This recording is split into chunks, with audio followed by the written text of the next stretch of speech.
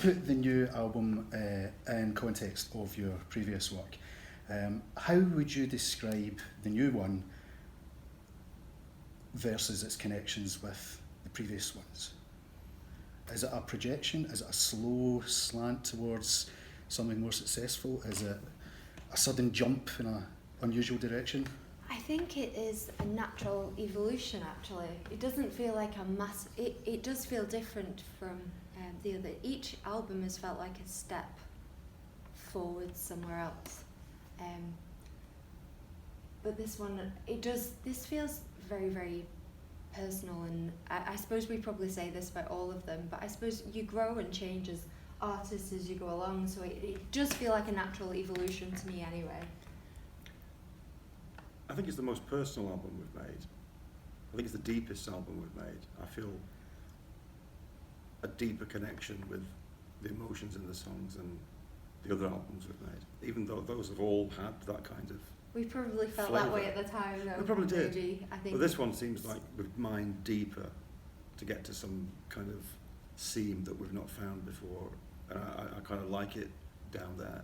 Although it's kind of frightening that we've found that seam, because it was, you know, it was an element that I hadn't done before. But There's been a lot of crying during the creation of this album and writing the songs.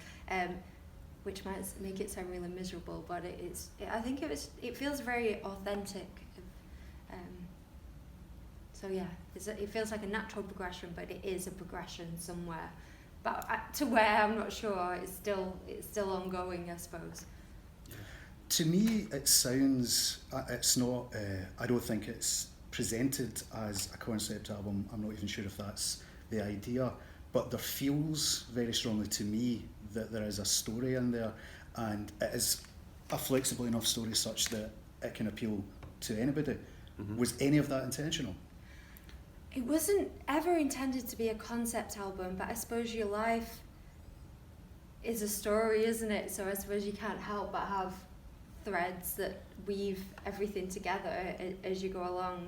But I'm glad that you said that most people could get something from it. I like the fact that people can interpret the songs how they want to interpret them. It's always like once it's released, they take on a life of their own, and people find their own meanings in them, and I really like that. Yeah. What? I do too. Did I just say bullshit? No, not at all. Not at all. Not at all. I mean, our lives are like chapters in a book, aren't they? And the albums are like little milestones when you're going through a book. You know, it's page 1, page 10, page 20, or whatever it is. And this album reflects the last 18 months of where we've been. The last 18 months have been the most successful 18 months we've ever had. They've also been the saddest 18 months we've ever had, in your case, of course. Yeah. And you know, because I'm kind of sharing your life in a lot of ways, that's, you know, I've kind of been a mirror to that sadness as well. So I think it can't help but have come into the songs and the lyrics that you've written, and the song and the notes that we've chosen, and the way we've made the album. I think it really is. It really is a little autobiography of the last 18 months of everything. There's been some happy times, and there's some happy songs, but there's been some dreadful times, and there are some dreadful songs in the right kind of, you know what I mean? Songs full of sadness, and songs full of longing and regret and anger and fear, and it's all I think it is one of the first times we've probably touched on anger a little bit in our music as well, because I would never have particularly thought of myself as an angry person, although some people might disagree. Hi, my sister. But yeah, you know, I think it is the first time we've sort of touched on that kind of thing with like Drone Me Out and I Am and stuff. I think it's the first time we've sort of touched on that kind of and I think it's a healthy thing to think of yourself as not an angry person is not seeing the whole of you, and I think maybe I hadn't allowed some of that out. So I think in this one we definitely have. We've got a little bit louder. Not in, I mean, some moments are the smallest we've ever done, like Enika and things like that. The most fragile, I think that's the most fragile song we've ever done. But also like with Drown Me Out and I Am. And even on stage sometimes we get a bit louder than we have done before.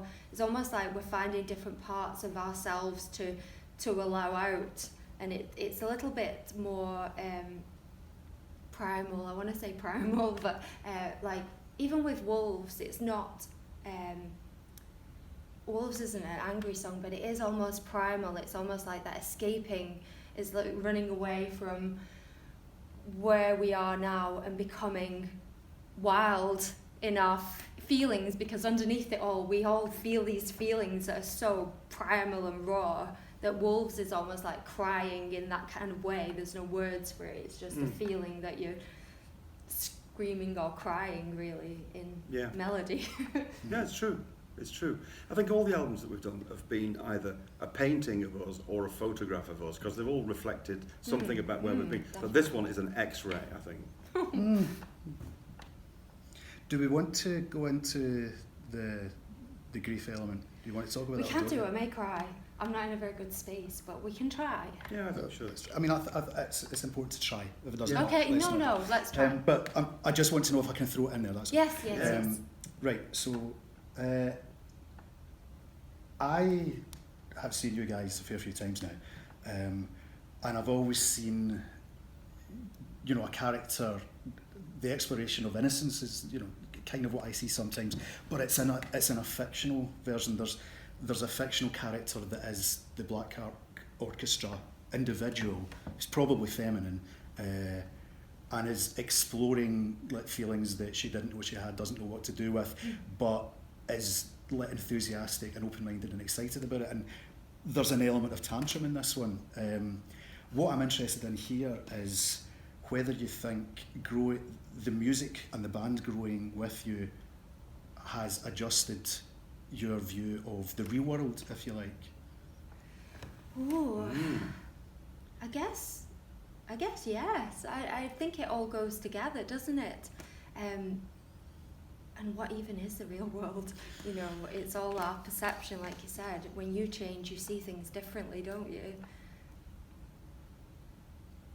Carry on, I was enjoying that. Oh, sorry. I didn't want to I wanted to give you space to talk. But yeah, I think what you said about the energy of the band almost being feminine, I think that is a really good observation, because you are actually quite feminine.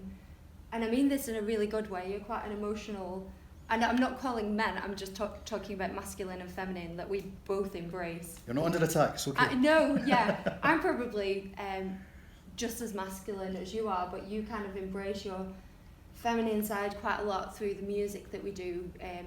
It is quite sensitive, and I'm really glad that you think it's honest, because it is, and I sometimes worry it's too honest, but it's the only way we are. Sometimes I admire when you see artists that go on stage and they're so flamboyant and can jump around, and it's almost like they become somebody else. Whereas I feel like when we go on stage, we almost become more of ourselves, and that's kind of scary. So there's no jumping around. It's quite raw, really. I think it's great. We don't wear costumes, metaphorical costumes on stage. We don't try to be, pop star, rock star, whatever you want to be. And loads of bands do, and that's cool. That's great. It is cool. I don't know how to be that way. They strut around and they feel great, and the audience love them, and then they walk off stage feeling 10 foot tall. Brilliant. We walk off stage sometimes feeling 10 inches tall, because we've kind of just spewed it all out and there's nothing hardly left, and I think that's great. I think it's therapy for us. I think we need to do it, actually. I think it's an essential part of what we are. I think without it, we'd become Slade. I like Slade. Me too. And in a way, it would be nice to have that. Maybe there are some lighter elements in what we do, and we do try and find a balance of... There is joy in what we do sometimes, like Hey Pluto that we play every night.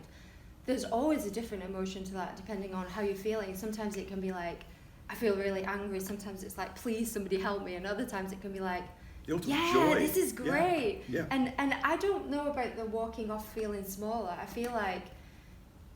feel almost replenished sometimes, because it's like the audience, I'm so pleased that lots of people say they find it uplifting, and that's great, because to me I think, oh my gosh, how do they find it uplifting? But I'm really pleased that they do. Maybe they connect with some stuff that we're doing, and it isn't all doom and gloom. It is just about, we have an existential crisis on stage. Really. When I said tenacious tone, maybe that was the wrong way to describe it. But I mean, I think sometimes we feel emotionally exhausted and physically exhausted as well most of the time when we come off stage.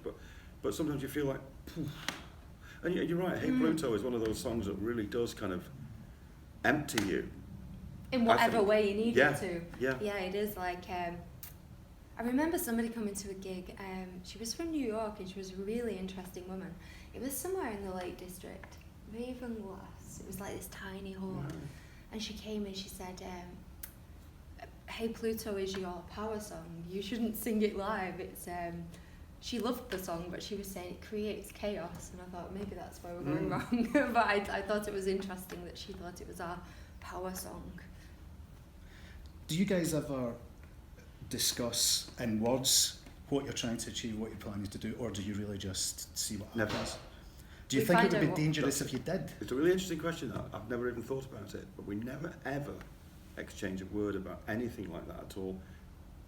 I wonder why that is. We never set a direction. We just go where we literally do go with the flow, don't we? I don't think we ever think, well, this album, let's head off in. Oh, no. I really like such and such a body sound. Let's go that way, or should it be more emotional? It's just, I think we let the experiences and the feelings that are happening at the time sort of tell us where we're going. And we let the songs tell us where we're going as well. Yeah, same. We never kind of, we never come to, a meeting, let's meet about the new album. Well, I've got 4 songs and you've got 6 songs, and we only need 2 more songs. It's not like that at all, is it? Writing songs is a very, even though what we do on stage, I think is quite precise. I think it's quite it has to be, doesn't it? Almost, it's never mechanical, but it's very precise. Yeah. But the writing of songs is totally organic, isn't it? There's a usual kind of sort of way of writing that kind of seems to repeat itself. Like we're just here now, we always set up in the afternoon, maybe 3 o'clock, something like that. We do sound check early.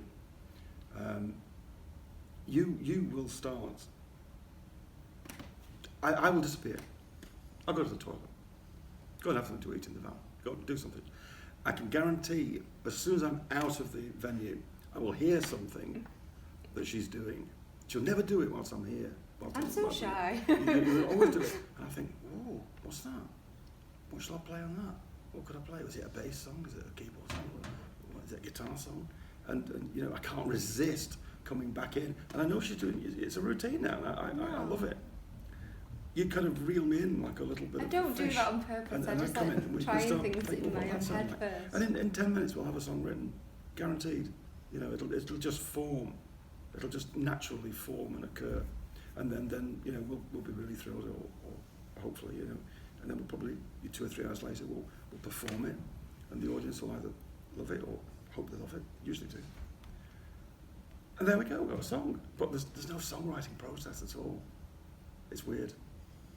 I think they come from somewhere else, so they must do. You just allow them in sometimes. My kitchen's quite a creative place as well, not like cooking wise.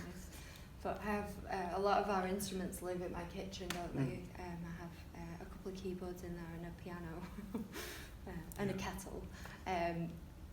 So yeah, some ideas form in my kitchen, but a lot of the time we are on the road, and we spend most of our lives on the road, so a lot of it happens in various places, and it's really interesting because most of the songs I can remember where they were written, and I don't know, it's they have a link to that place.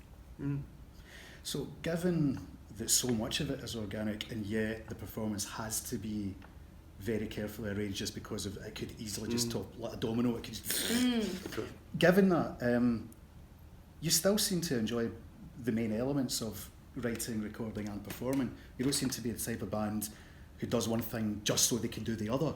Oh no, we love them all. Yeah. In equal triangle, measure, but in very different experiences. I mean, writing is just something that happens. And the rest of it is the things that are not contrived, but, you know, we have to plan around them. But I enjoy every single element of it, definitely. Mm. I don't know which is my favourite. Is it? Yeah, that's pretty. You'll find the vast majority of people will tour just because it gives them an excuse to record an album, or they'll go in the studio like under protest because they don't get to tour if they don't make an album. Stuff like. You don't find many people who will enjoy all three of the thrust and elements. Normally people don't like touring. You know, normally people don't like the exposure of performing their songs live. Songwriters like to write songs, they don't necessarily want to perform songs. Not everyone, of course, but in general, especially in a band environment, because it's shared duties where you have to compromise. Yeah. But I wonder if that's the thing with you guys, because there's no compromise involved, because what's going on is so organic. So there isn't a stage at which you go, if he wasn't there, I would have done that, or if she wasn't there, I would have done that. It is actually genuinely... Bands are difficult, aren't they? Bands can be really difficult. I mean, I've been in a few bands, and fortunately all the bands I've been in have been really friendly bands, but you know, I've heard of lots of bands that, you know, when there's three people in a band, there's always two people talking about the other guy. I mean, don't usually get me bass wrong. Player. we have our moments of conflict. There's definitely... But they're not musical conflicts, are they? No, it's usually we just piss each other off because we're in each other's space and sight all the time. Give me an example. Oh my gosh, an example of... Conflicts. I'm looking for an idea of the scale of it. You know. Oh, it's probably not even that bad. I mean, sometimes we are swearing at each other before we go on stage, like, well, this is the last gig. Yeah, that has been happening. That has happened. Enjoy it. This is the last one. Find yourself another bass player. I'm impersonating him at this point. Good luck finding somebody else who'll tolerate you. This is what he says to me. And so I usually just yeah. But that's swear. That's the best of it, though, isn't it? Because it's the negative side of the energy. It's an exhaust fume, isn't it? It's going to be there, and if it wasn't there, there'd be something badly wrong. Yeah. Yes, because the engine is sometimes revving quite hard. There has to be an escape, doesn't there? Yeah. And it is usually before we go on stage quite often. He's always late, and it really pisses me off. She gets really weird before a gig. In the last 40 minutes before a gig, she gets really freaky. I just like my own space really before. Freaky. I don't. I'm not allowed in the van. He is allowed in the all van. This makeup stuff and everything like that. You know, I'm probably still doing the merch table or something. But in the few minutes before a gig, you get really weird. Do you know why? Because really you're weird. Always late. It's nothing to do with that. It's because you get really hyped up, I need prickly. space before. I'm not like the most confident person in the world at all, and I need space to sort of prepare my head for what we're going to do, rather than I can't just rush on and I feel like I need to be prepared, I need to be ready on time, I need you to be ready on time, so that then, I mean, I shouldn't have to worry about if he's ready on time, he's a grown-up, but sometimes it's like, I did find him one time asleep in the bar of a gig in the theatre. People had started coming in, I'm thinking, he's not come back to the dressing room yet, I wonder where he is, and I walked in, he was asleep in the bar. and I remember thinking, okay, maybe I am his road mother, which is just... So having a toddler on the road with you full time is quite stressful. Yeah, but the thing about that is that can be allowed for. You know, if you need to be left alone, and don't be near each other until you actually, you know, don't make any contact at all to your physical on stage. Enter the stage from either side. Keep the hell out of our way. You know, these things can be good, but they can be organised. So that's the thing. I think there is some kind. And then do it 90 seconds before you plan to do it, and then you might not be too late. I'm Mr. Last Minute. I have to be. We're on stage at 8. I don't get to back to the van before 5 to 8. Pull my pants off. Pull the top. Okay. You know, have a drink. Check my blood sugar. I'm diabetic. You know, all those essential things. Bang, we're on. You know, little prayer time before. Always have a prayer time before we go on stage. Always have a prayer time. That's essential. And then on stage, but all the time. That's 5 minutes.